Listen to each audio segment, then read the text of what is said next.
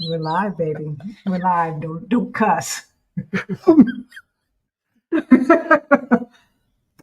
We're not supposed to be laughing. This is a serious topic. It is a very serious topic, and I apologize for laughing, but I was laughing at something else. We had the best shawarma today, and we actually did some video. And so for those of you, we will put that in the video that we edit, our travel video. But in any event, we're talking about the high cost of being a caregiver today. And the reason why we're talking about this is because we've had a lot of clients who are caregivers. A lot of our audience, the sandwich generation, like we were, where you've got young adult kids or maybe teenagers, and you've got parents that need your help. For me, it was my father who had dementia. And the fact of the matter is that taking care of a parent with dementia can leave you bankrupt and send you to an early grave. Literally, that's what the statistics show. Yeah, definitely. That's what the statistics show. So we're going to talk about all of the costs of being a caregiver. And then we're going to talk about some questions that you should ask yourself and some solutions for those who are currently caregivers or who think they might be asked in the future. And if you've got parents, if you've got an adult or a child who has special needs, all of these are the questions that need to be asked. But I'm really going to concentrate on parents because there's a different dynamic when you're taking care of parents than when you're taking care of one of your own adult children that has special needs. So, ready to get started? Yeah, we should introduce ourselves first. That's right.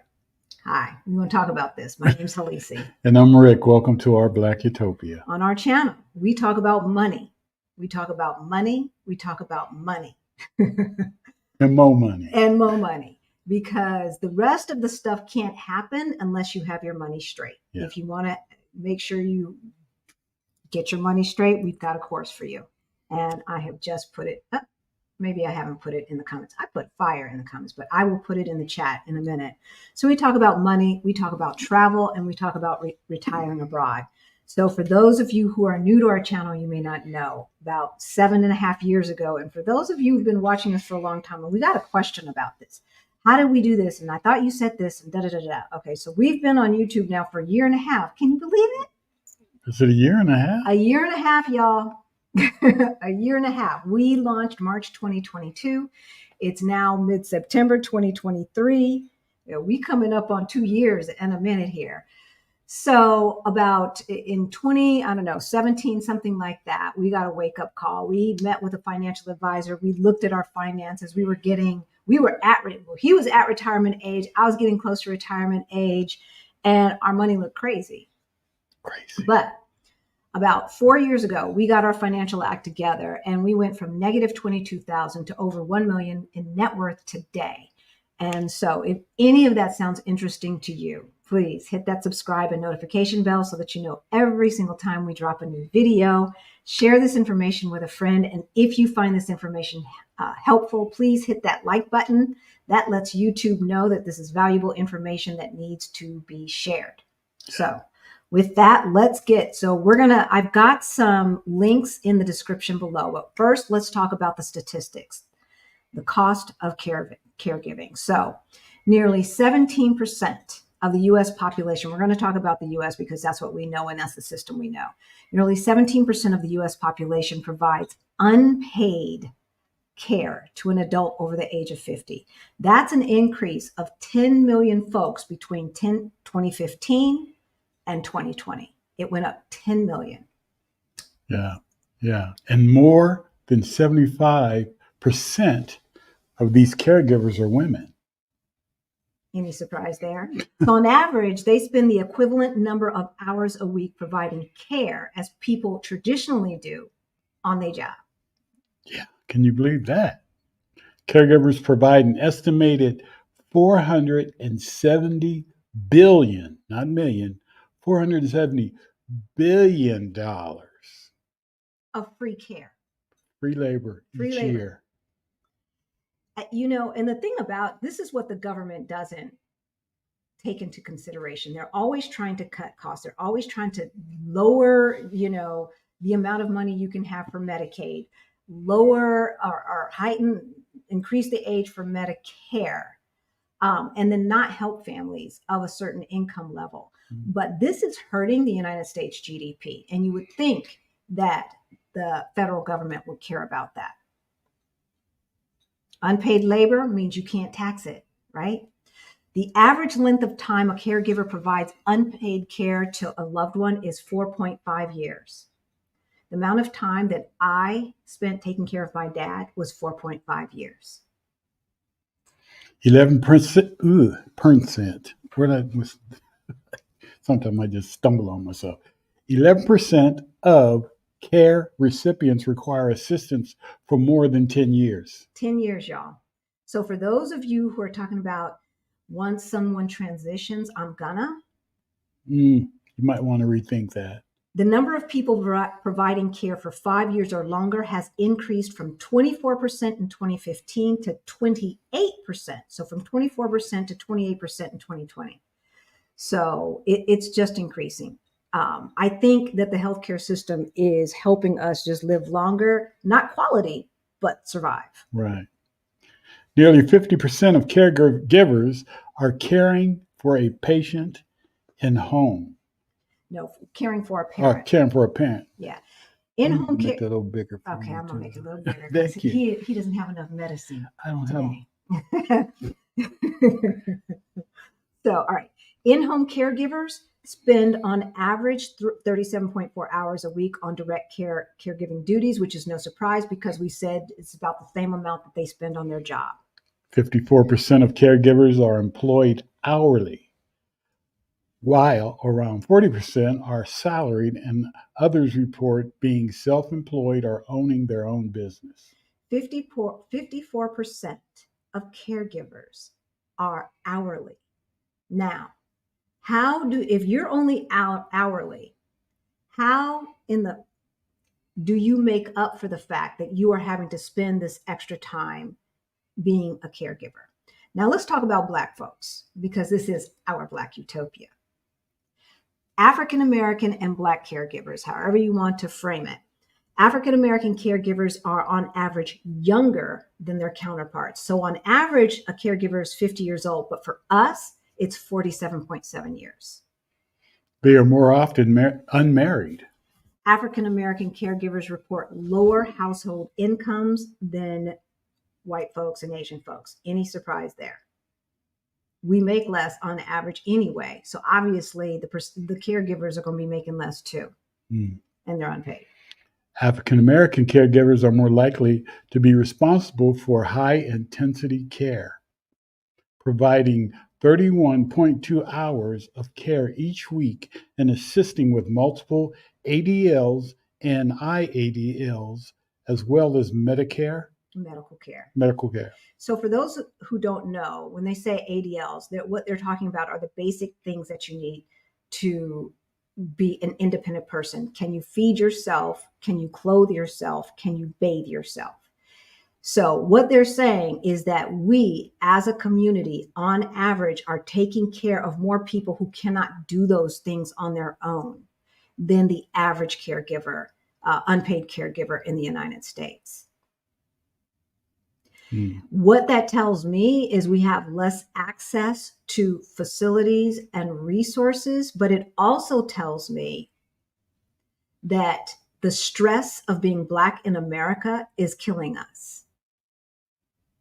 The stress of being Black in America is killing us. That's what that tells me. And most African American caregivers also work a weekly average of 37.5 hours and are most likely to report a negative financial impact from caregiving. Yes, we have read of stories where they had to file for bankruptcy. Because oftentimes we're having to either reduce our hours or, like me, quit our jobs.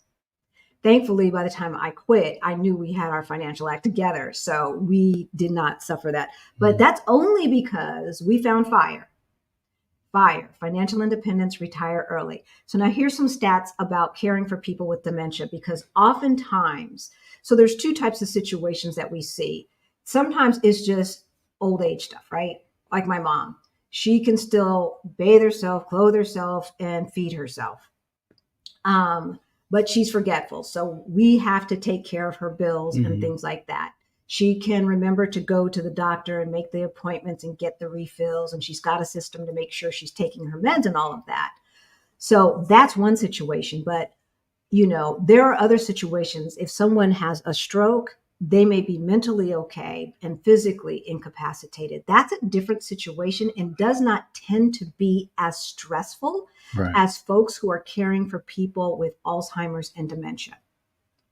So dementia caregivers also report higher amounts of strain, mental and physical health problems, and caregiver burnout, according to a study of 1,500 families. Okay. Over half of the dementia caregivers provide care for 4 years or more. 4 years or more, significantly longer than family caregivers for people with other age-related diseases. That's right. That's right. And so when you look at the average amount of time that the average caregiver gives for an adult, you can see that a good chunk of those folks are caring for folks with dementia or Alzheimer's. People with dementia typically require more supervision. Oh, yes. Yeah, they do. We firsthand, they do. They do. I mean, my dad was mistaking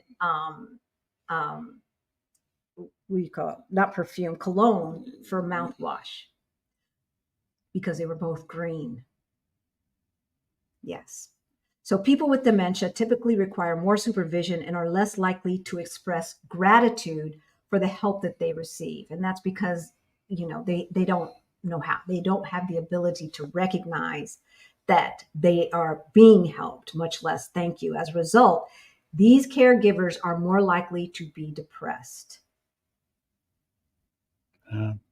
I saw a commercial that was talking about people with dementias and stuff and how they can get angry and agitated and all kind of different things like that. Yeah. Thankfully, my dad, he wasn't a angry or he would get agitated a bit, but it was really easy, not physically, but just, it was really easy to distract him and redirect. Yeah. Just like we have to do with the cats. Distract. We're house sitting, y'all. All right, the next one. So dementia caregiving increases mortality risks, even for healthy caregivers, despite a significantly lower risk of mortality at the start of care. 18% of healthy spouse caregivers die before their partner. That's scary. That's right. So being the caregiver of we could be totally healthy. By the end, we may be dead before the person we're helping. That's crazy. So I want to give a shout out to Irvin Hunt for the this is sent a message in chat. Glad you guys are well. Thank you, Irvin. Thank you. I didn't catch the other message, but we want to thank you for the super chat, $25. Let me put it up on screen. Everyone knows that our super chat money goes to our scholarship fund. And if you want to take Beyond the Bling, our financial course that will teach you how to get the financial freedom you need to live the life of your dreams, that information is below. I will put it in the chat again. For those who are having trouble finding the money to pay for it, there is a scholarship. There is a scholarship, and we pay for the scholarships with super chat, super thanks, and super sticker money. So thank you. We really appreciate it. Yes. Okay. So now let's talk about solutions. Now that you've heard the truth, because you can hear my anecdotes all day long, but these are the statistics, and where we got those statistics are below. Obviously, if you go to AARP, but there's another article that had all of these statistics as well, and we that is in the description below. So, solutions, governmental solutions.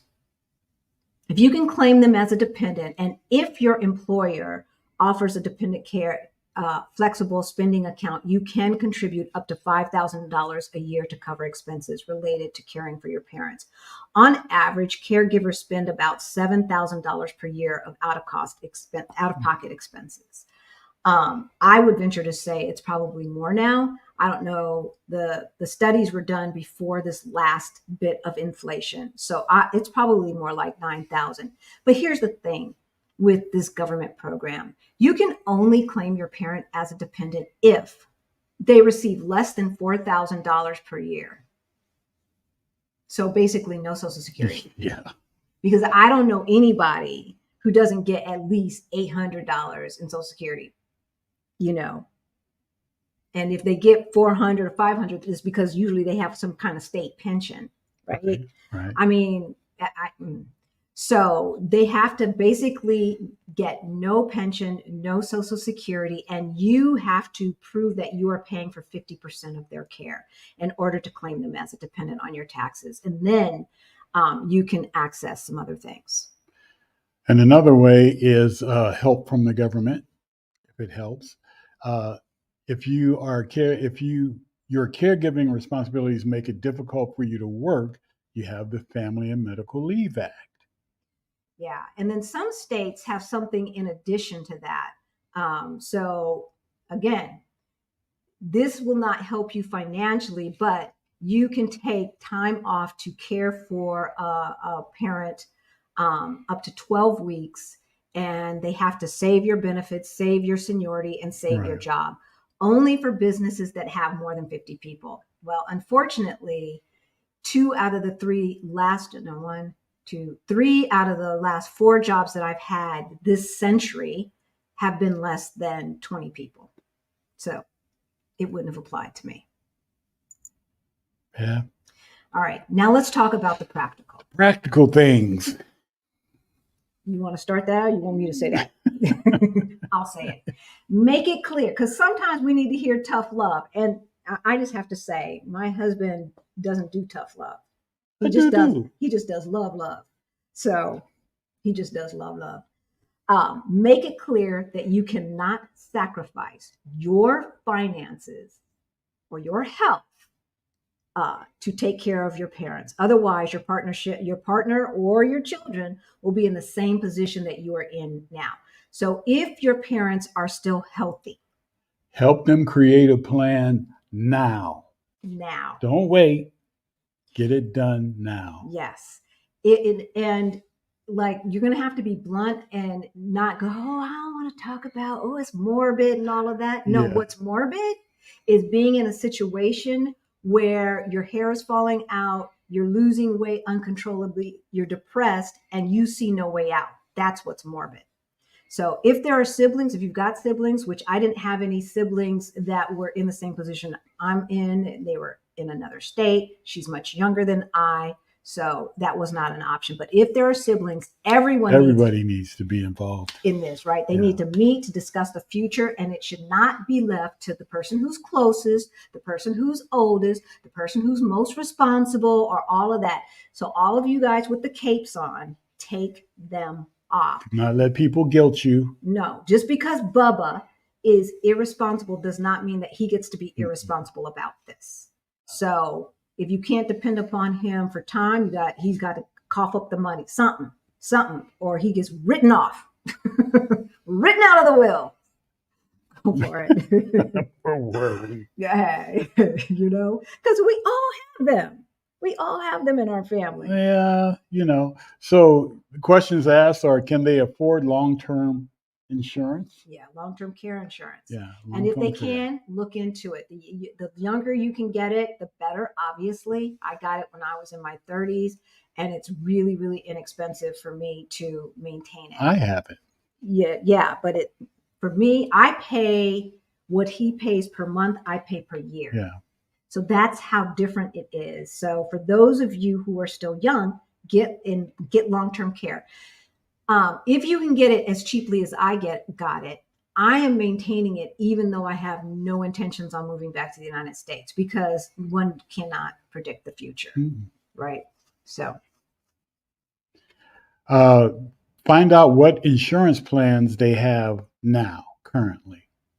Need to know that kind of stuff. And exactly what they cover.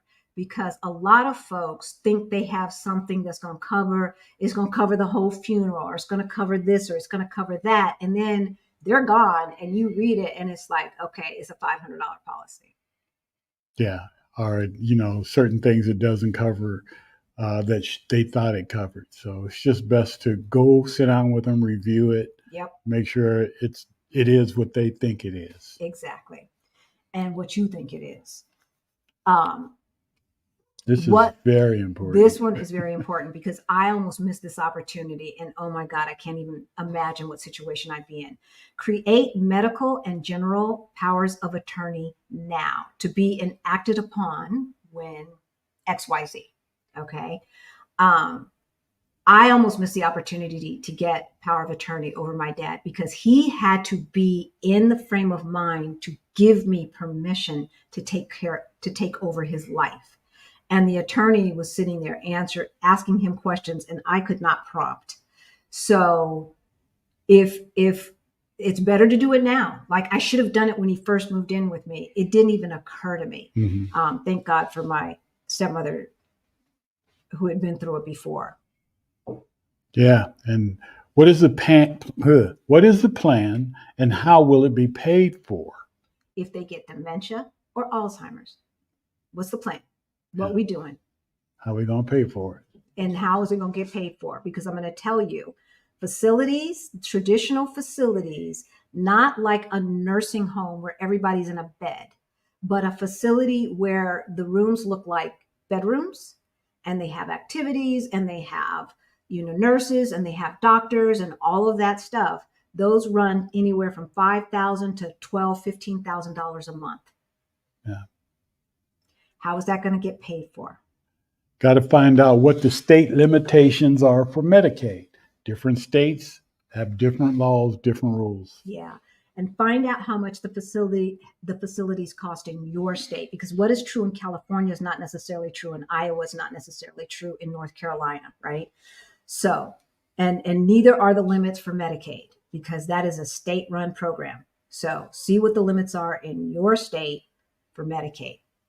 Find out how much board and care costs, housing.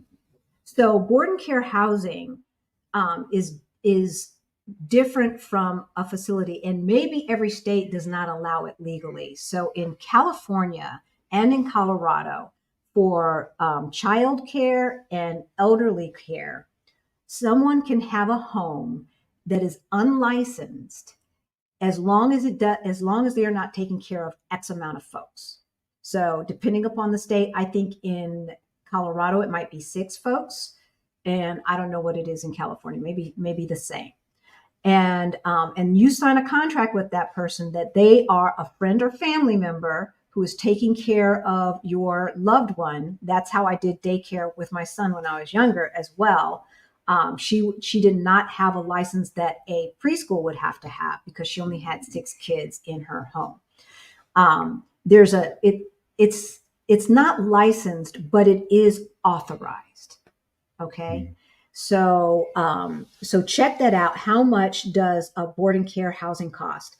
The difference between, I'm going to use LA as an example. And if you know LA, you know what I'm talking about. The difference between having a board and care in Ladera Heights, Baldwin Hills versus Compton is going to be different. Yeah.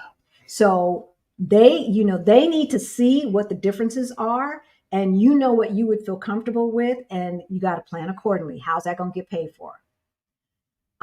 Does the state offer in-home health services, and how does one qualify? So this again is a state to state, maybe even county to county thing. In LA, they call it in-home health services, IHHS, and you have to be on full Medicaid to qualify. And then they give you a certain amount of hours. They come, they do a survey of the home. They look at the person who needs the help. It could be housekeeping, it could be cooking, it could be shopping, as well as dementia care and everything in between, right? That depends upon, obviously the person. So like my father would qualify for, say, 300 hours a month, whereas my mother might only qualify for 80 hours a month, you see? And so figure that out and what is necessary to qualify to see if that is a plan that could potentially be workable. Now, here's the thing. A lot of those programs are going to want to know, especially with somebody with dementia, okay, so who's taking care of them all these other hours? What is the plan? Because if you don't have a plan, they're not going to give you any money. It's like, no, we're not doing it because he's only going to be taken care of part of the time and not all of the time. Yes, we are going to talk about trust, estate trust and planning and all of that as well. I saw something about that I did too. in the comments. Okay, where were we? The state offer IHHS. Okay. Okay, what if they have a stroke or an accident and mentally they're okay, but physically they cannot take care of themselves? What is the plan and how will it be paid for? Out of whose pocket? Whose pocket? If they own property, consider transferring the properties into your names now. Yeah. Check with your state, because again, this is state to state. Check with your state to see how far back they're going to go to see when these things happen. For some states, it's like they just look back 2 years. Some states, a year. Some states, 10 years. So if your parents are healthy now, and they plan to leave the house to you anyway, or to the kids, or you can put it in a trust, get it out of their names, put it in a trust, right? That needs to be done along with the will. Yes.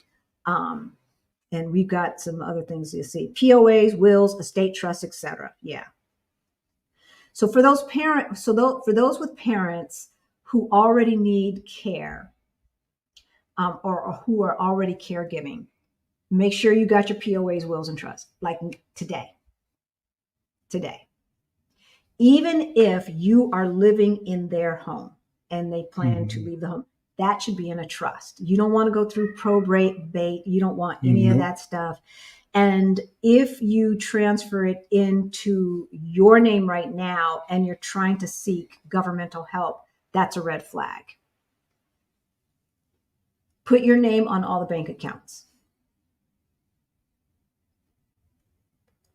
If they are really financially prepared, but still you don't want, like I've got some aunts and uncles who've got, a good, let's just say $500,000 between retirement accounts, 401ks, pensions, et cetera. So they're that's not enough to go into a facility though. Think about it. Like how quickly, if they wanted to go into a facility or you wanted them to go into a facility at $9,000 a month, that's going to run out. So how do you protect that? That's going to depend state to state because, like I said, different states have different rules on how far back they look. I think it's criminal to destitute a person. And if there are loopholes, find the loopholes. Because we know the Elon, he's not American, the Elon Musks of the world, the American Elon Musks of the world are finding those doggone loopholes. They are not giving up everything when these kinds of things happen. Okay, so we said review your insurance policies. Yeah, make plans for the cost of funerals. Yeah. Get that out of the way. Get that worked out. And set aside.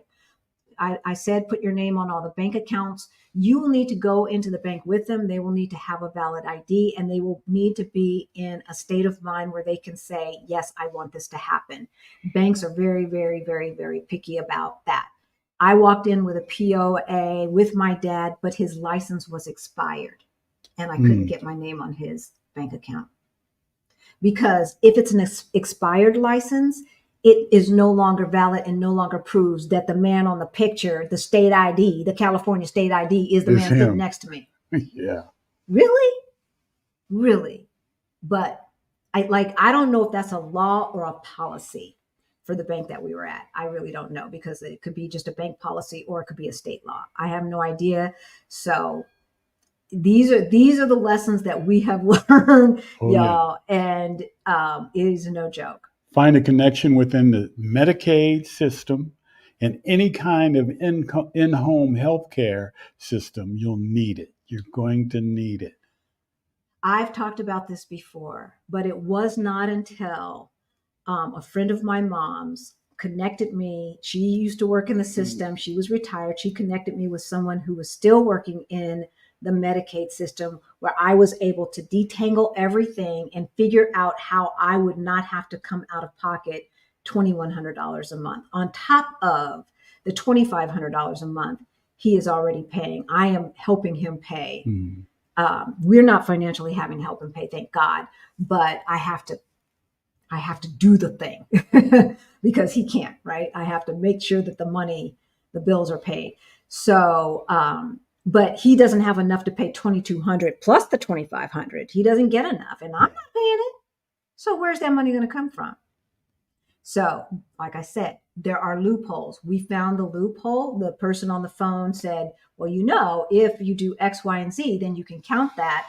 And so just send me the contract and it's going to all be good. So we found the loophole. We didn't have to come out of pocket. But my gosh, that's not written anywhere. It's not written anywhere. So you got to find somebody, somebody who knows somebody, make those connections now and keep them. If your parents don't already qualify for Medicaid, start transferring assets. We talked about that. Someone said Illinois looks back 7 years. 7 years.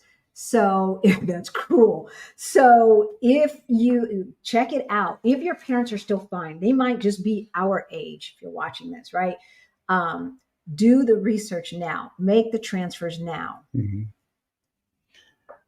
Based on their debilitation, investigate facility costs and board and care costs. So we're telling you to do this because you've got to find a creative solution now before you get to the point that I was at. And this is assuming that your parents are already needing your care.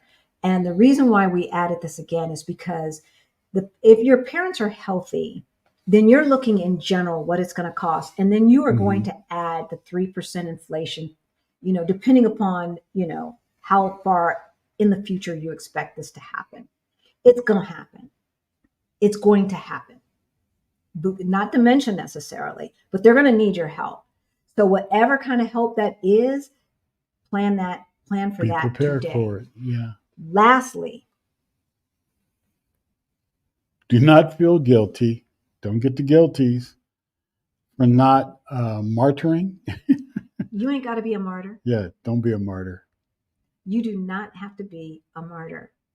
And, I kind of feel we do sometimes have to be a martyr for our kids. We brought them into this world. Our parents usually say things like, I don't want to be a burden. Great. So did you plan? Oh, you didn't. So you're saying this, but your actions say that. They didn't know what to do. Okay. They didn't know what to do. But now y'all know. Now y'all know. And most of you probably have parents that say, think, feel they do not want to be a burden. They want you to live the best life. That's why they brought you in here. That's why they sacrificed, right? They sacrificed for you. They did all of this stuff, not for you to die early, not for you to go bankrupt taking care of them. I don't want that for my kids. And they don't want that for you. So I hope we have given you food for thought. Where are we at time? We're definitely at time. This was a longer one, but I think it's something that needed to be said. And if you've got any other questions, we're not going to answer them live, but we will answer them in the comments. So if you're watching from the future, hey, Hey. Leave us a comment. If you've got a question that's in the chat, it takes a couple of hours for the chat to show up. But why don't you go ahead and copy and paste it into the comments, and we will answer those.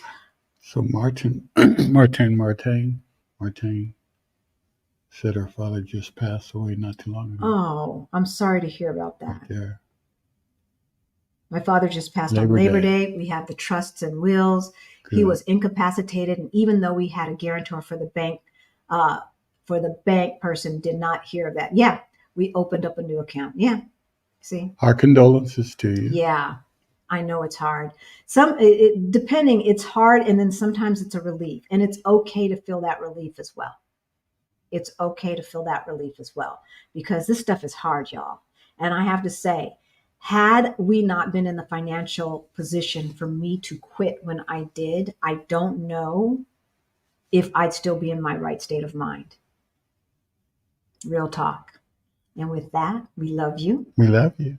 We'll see you Sunday with a beautiful family that is currently living in Madrid, Spain, but they have lived in a lot of other cities and countries. They're kind of nomadic, and like the Yarboroughs, looking for a place to call home, but they have kids, young kids. The youngest one is 1. 1 year old. Yes. So we're going to talk to them. And then the following Sunday, y'all know we got the divas, the icons, Stephanie Perry and Rashida Dow. And we will be talking about financial freedom, time freedom, right? And location freedom. So with that. So y'all going to let me just sit in on that one? Yes. Okay. They're going to talk to the men folk too. Okay. But y'all get invited to Exodus Summit. Send your wives. If you're watching, send your wives, send your sisters, so you can get the info and the 411. I'm looking forward to that. Yes, absolutely. We love you. We see you Sunday. We go live every Sunday at 3:30 Eastern Time and every other Thursday at 5 o'clock Eastern Time. Enjoy the rest of your day. Yes. Bye. Bye.